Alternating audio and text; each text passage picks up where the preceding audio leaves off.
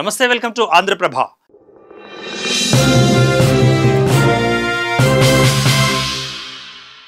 AP deputy CM Pawan Kalyan దిష్టిపై చేసిన వ్యాఖ్యలు ప్రస్తుతం తెలుగు రాష్ట్రాల్లో రాజకీయ దుమారాన్ని రేపాయా? దీంతో ఇరు రాష్ట్రాల నేతల మధ్య మాటల యుద్ధం మొదలైందా అంటే అవుననే చెప్పాలి. కోనసీమ తెలంగాణ నాయకుల దిష్టి తగిలిందేమోనని పవన్ కళ్యాణ్ చేసిన వ్యాఖ్యలకు బీఆర్ఎస్ మాజీ మంత్రి కౌంటర్ ఇచ్చారు. దీంతో రెండు రాష్ట్రాల మధ్య పొలిటికల్ హీట్ ఒక్కసారిగా పెరిగిపోయింది. ఆ పూర్తి వివరాలేంటో ఈ వీడియోలో చూద్దాం.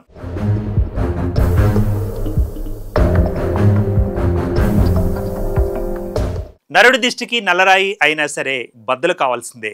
సరిగ్గా అదే తరహాలో తెలంగాణ నేతల దిష్టి తగిలే కోనసీమ నాశనం అయిందన్నారు AP deputy CM Pawan Kalyan.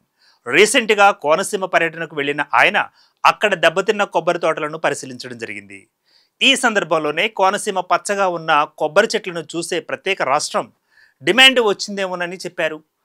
అంతేకాదు, రాష్ట్రం విడిపోవడానికి కారణం గోదావరి జిల్లాల పచ్చదనమే కారణమన్న పవన్, కొబ్బరి చెట్లతో చాలా పచ్చదనంగా ఉంటుందని తెలంగాణ నాయకులు చెప్పేవారని అన్నారు. వాళ్ల దిష్టి తగిలే ప్రస్తుతం కోనసీమలో తలలు లేని మొండెం మాదిరిగా కొబ్బరి చెట్లు కనిపిస్తున్నాయని పవన్ కామెంట్ చేశారు. ఈ క్రమంలోనే పవన్ కళ్యాణ్ కామెంట్స్ పై తెలంగాణ మాజీ మంత్రి, BRS MLA Jagadish Reddy react అయ్యారు. స్ట్రాంగ్ కౌంటర్ ఇచ్చారు.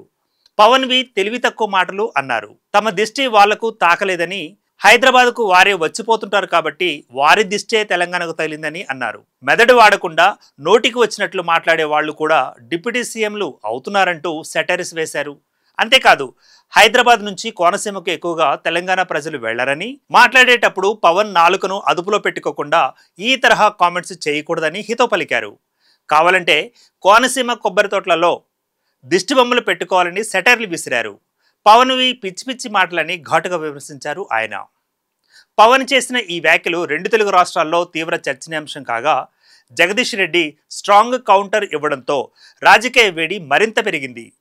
ఈ మాటల యుద్ధం ఇంతటితో ఆగుతుందా? ప్రస్తుతం ఈ వ్యవహారం రెండు తెలుగు రాష్ట్రాల మధ్య ఎలాంటి పరిణామాలకు దారితీస్తుందో చూడాల్సి ఉంది. Keep watching Andhraprabha.